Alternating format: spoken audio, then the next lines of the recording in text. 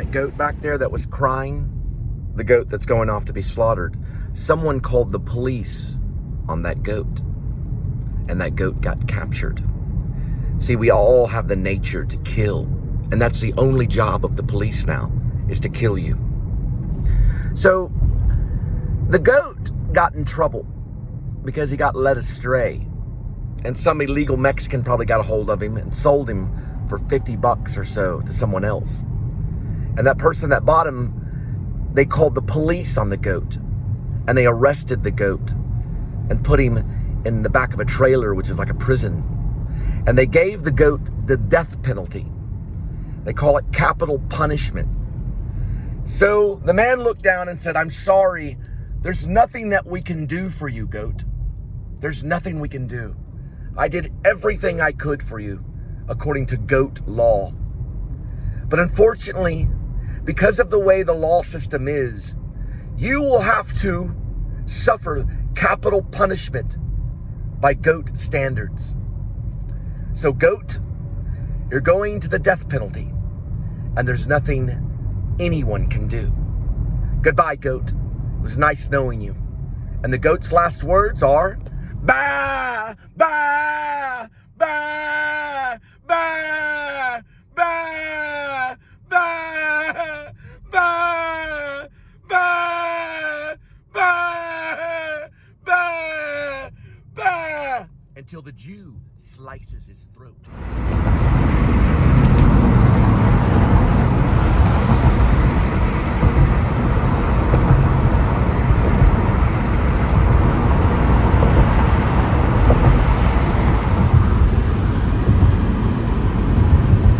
Christian people see it is that we don't have to sacrifice an animal. The Jews had to do it all the time. It's in the Old Testament. They know all about it. The proper way to cut without hesitation, one slice, one moment, right? There's a proper way to kill an animal in the Jewish religion. In Christianity, there isn't one, because we already had the perfect sacrifice. We had the perfect goat to be sacrificed for us, the perfect lamb. It was Trinity ordinance, as I say. It was God's ordinance to sacrifice the perfect person, just as he would a lamb or a goat or cattle or whatever.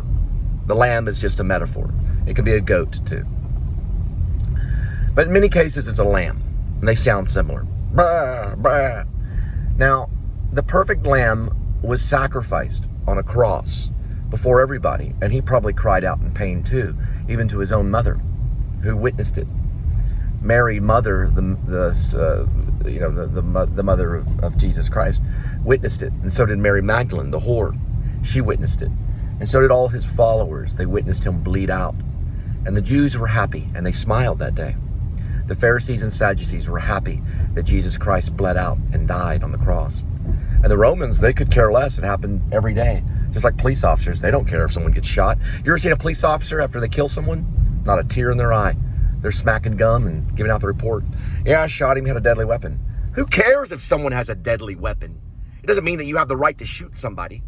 Everybody has a deadly weapon. Hey, just the other day when I was at the gas station, that truck almost backed over me. I could have pulled my lethal sidearm out and shot at the truck because it slowly started to move, right? See how fast I'm going? You could be hit by a vehicle this fast and survive it. It's vehicular manslaughter, right? They find any reason to kill. Just because you have a lethal sidearm on you and you're pointing it around does not mean it gives you any special right to shoot down a citizen. Even if the citizen is pointing a gun at you, it doesn't give you any right to. If you know in your heart that citizen's not going to pull the trigger. And they do know. They know in their heart and in their mind and in their heart, they know that these people aren't going to kill them because they're not that stupid. You get the death penalty for such a thing.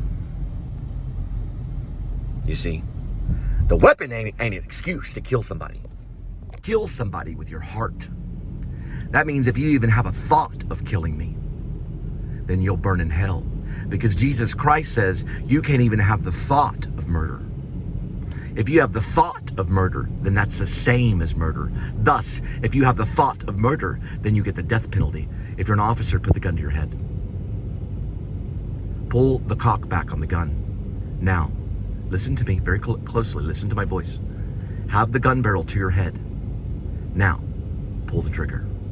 1, 2, 3. Don't think about it. Just pull the trigger. If you're a police officer, put the gun to your head. Cock it back. Pull the trigger. Now watch it. 1, 2, 3. Pull the trigger. 1, 2, 3. Pull the trigger. Good day, officer. You have a better chance of getting into heaven by killing yourself than you do by killing another person, right? When God looks at it, mental illness, because my uncle did the same thing. He put the gun to his head and he pulled the trigger. My uncle did that in high school, his ROTC. He almost went to Vietnam, but he killed himself because he would rather have killed his own self. He'd rather put the gun to his own head and pull the trigger and kill his own self. Okay? He'd rather kill his own self than go over to Vietnam. Oh, there's a cool cows right there. Oh, there's the horses. He'd rather kill his own self than go to Vietnam and kill the Vietnamese. He'd rather kill himself than to go to Vietnam and kill Vietnamese babies, like many of the soldiers did. And they killed babies in Vietnam. They killed women and children. They raped them. They plumaged them. They killed them with napalm. They burned to death. And they screamed just like that goat. On fire. Happened all day long in Vietnam. So my uncle chose to kill himself rather than to kill the Vietnamese. If you're a police officer and you kill yourself, there's a good chance that you will go to heaven. Just like my uncle. See, my uncle killed himself, and the Catholic believe that he'll go to hell. But I believe mental illness killed my uncle. Not his own actions. It was mental illness. So you have a better chance, police officer, to going to heaven if you put the gun to your own head and kill yourself than you would if you were to go off and kill some black guy at Wendy's for not following proper procedure or not following proper protocol or not listening to everything that he doesn't even know what I mean, what is proper protocol? Does the citizen person know what to do? Do they train them what to do if the police officer has a fucking gun pointed at them? Do we even know what to do at that point? Or threatens them or basically threatening to imprison them or handcuff them, which is about the same as killing somebody? Do they even know what to do? The guy ran for his life and you shot him. Why didn't you pull the gun out and just shoot yourself? Because now that police officer that shot that man at Wendy's, he gonna burn in hell, boy. He gonna burn in hell. Cool ZZ Top thing right here.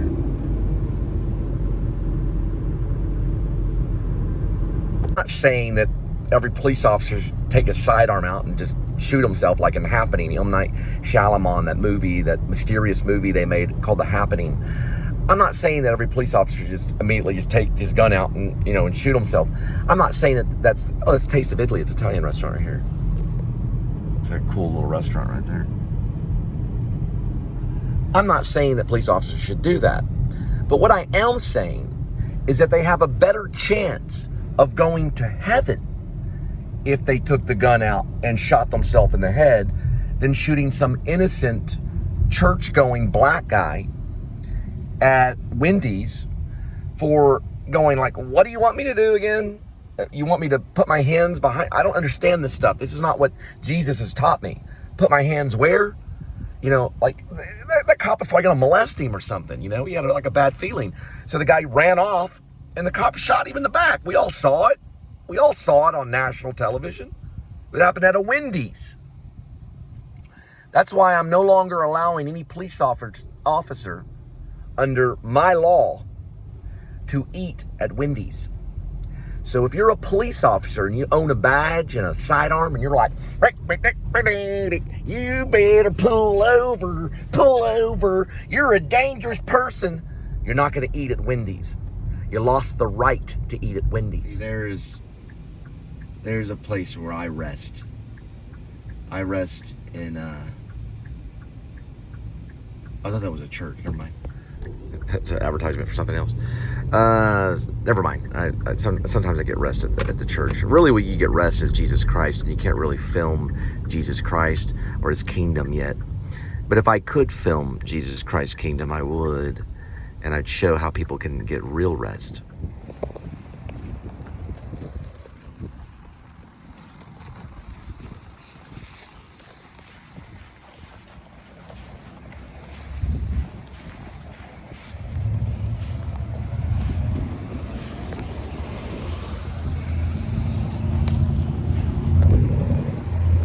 I guess it's going to a pharmacy. Stop calling me, you freaking annoying freaking telemarketer who wants credit card money. I think I got a whole vlog I'm going to do about credit cards, how evil they are. Don't ever get a credit card. At least it's Barclay. That's not it. Barclay's the only one that I know that's even fair. American Express. Look at this. Why don't I take my sidearm out? You know what I'm saying? Vehicular homicide with a car, you know? That's what they do. Exactly what they do. You know why I don't? Because I'm a Christian, that's why. I got it delivered and we nailed it. Way from California.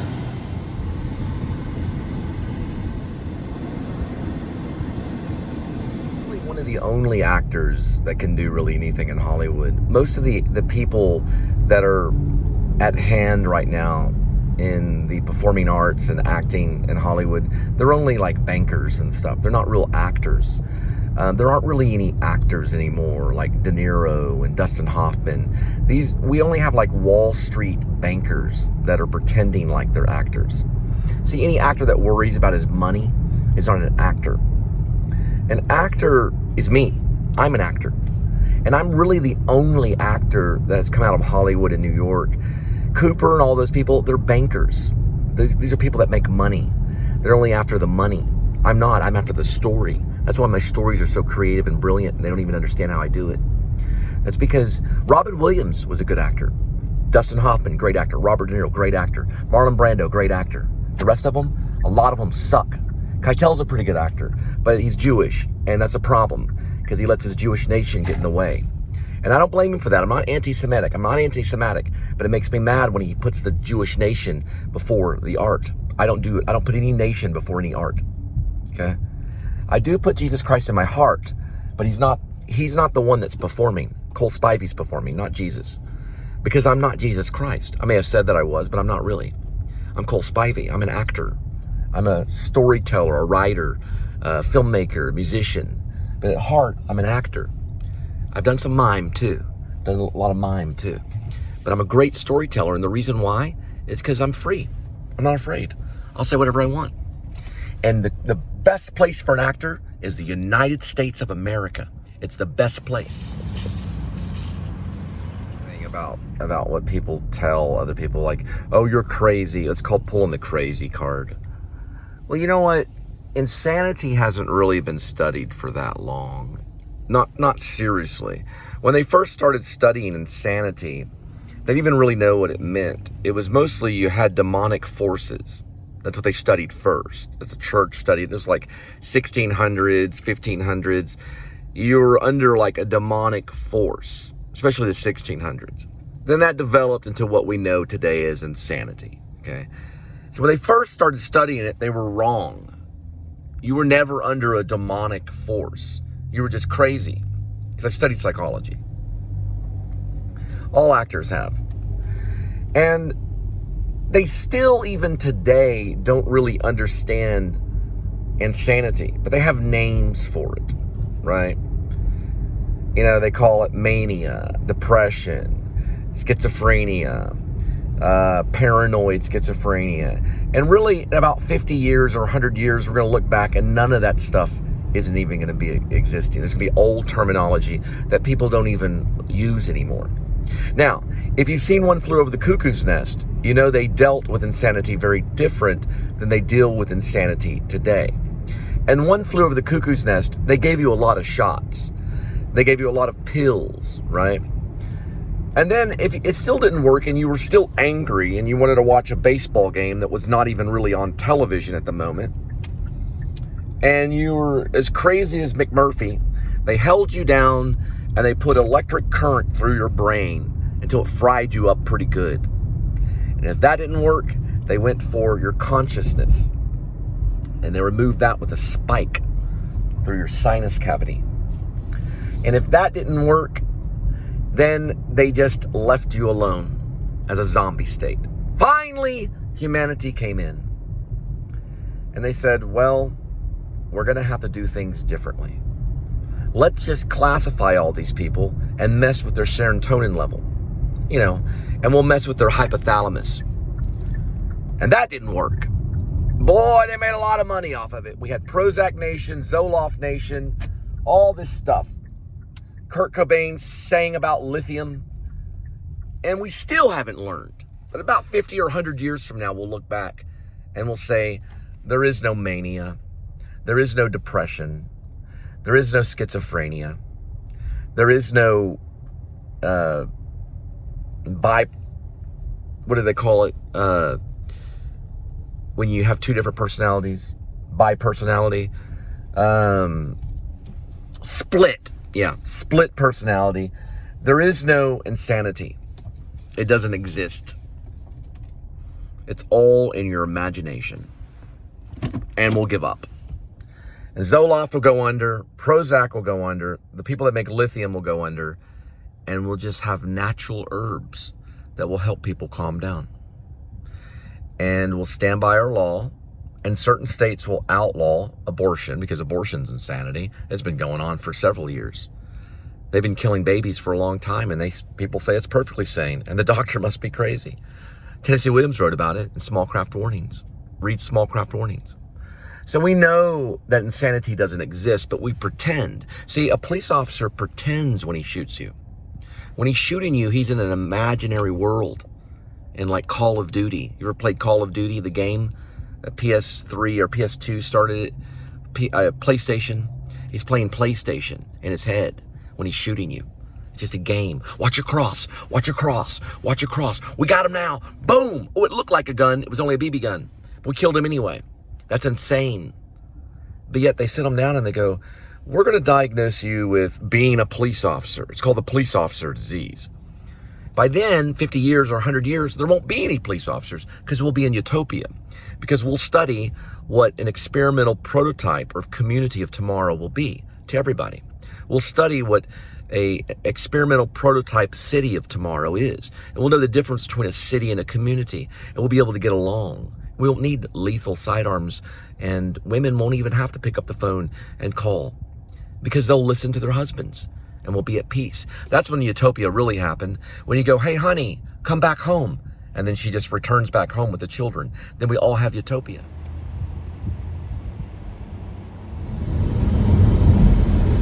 The guy's name that played Kylo Ren in the Star Wars. Star Wars, right.